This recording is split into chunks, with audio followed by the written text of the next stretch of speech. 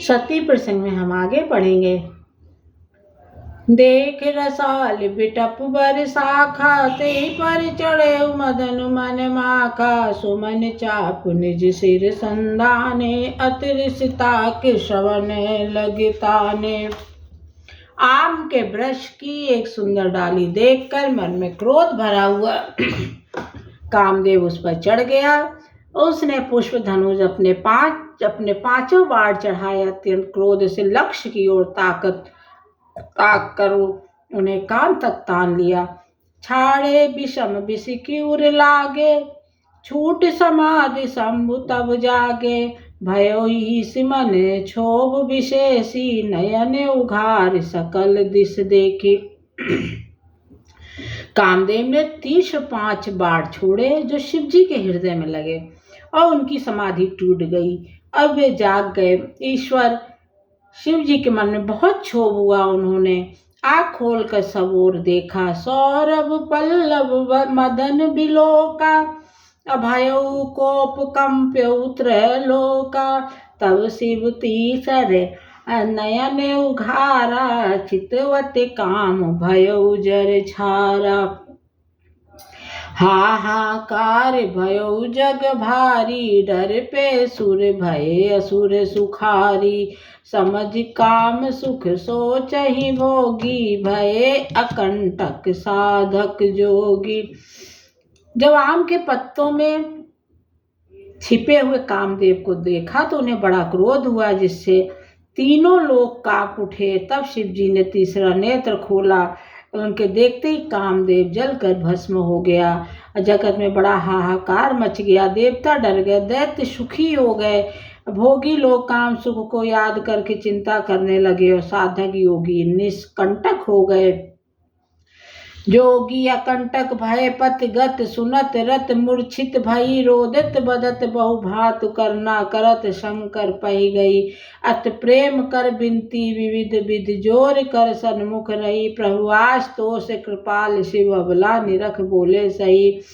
योगी निष्कंटक हो गए। कामदेव की स्त्री रति अपने पति की ये दशा सुनते ही मूर्छित हो गई। रोती चिल्लाती और भांति भांति से करुणा करती हुई शिव जी के पास गई। अत्यंत प्रेम के साथ उनके प्रकार से विनती करके हाथ जोड़कर सामने खड़ी हो गई। शीघ्र प्रसन्न होने वाले कृपालु शिव जी अबला असहाय स्त्री को देखकर सुंदर उसको समझाने लगे, सांत्वना देने लगे। वचन बोले, अब ते रति तब नाथ कर होई नाम अनंग, बिन बप व्यापई सब ही पुण्य सुन निज मिलन प्रसन्न। हे रति, अब से तेरे स्वामी का नाम अनंग होगा, वह बिना ही शरीर के सबको व्यापेगा। अब तू अपने पति से मिलने की बात सुन। जब जदुवंश कृष्ण अवतारा, हो यही हरण महावई भारा। अकृष्ण तनय हो यही पति तोरा, बचन अनिथ्या होई न मोरा। रति गवनी सुन शंकर वाणी, कथा अपर अब कयहु बखानी। देवन समाचार सब पाए, ब्रह्मादिक वैकुंठ सिधाए। जब पृथ्वी के बड़े भारी भार को उतारने के लिए यदुवंश में श्री कृष्ण का अवतार होगा, तब तेरा पति उनके पुत्र प्रद्युम्न के रूप में उत्पन्न होगा। मेरा ये वचन अन्यथा नहीं होगा। और शिव जी के वचन सुनकर रति चली गई। अब दूसरी कथा बखान कर विस्तार से कहता हूँ। ब्रह्मादि देवताओं ने सब समाचार सुने तो वह वैकुंठ को चले। सब सुर विष्णु बिरंच समेता, गए जहाँ शिव कृपा निकेता। पृथक पृथक तीन किने प्रशंसा, भये प्रसन्न चंद्र अवतंसा। बोले कृपा सिंधु वृष के तू, कयहु अमर हाय केहु हेतु। कह विधि तुम प्रभु अंतर्यामी, तदब भगत वस बिन मोहि स्वामी।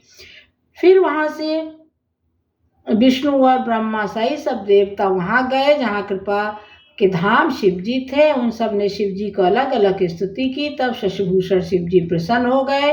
कृपा जी के समुद्र शिव जी बोले, हे देवताओं, कहिए आप किस लिए आए हैं। ब्रह्मा जी ने कहा, हे प्रभु, आप अंतर्यामी हैं, तथापि ये स्वामी भक्त वश में आपसे विनती करता हूँ।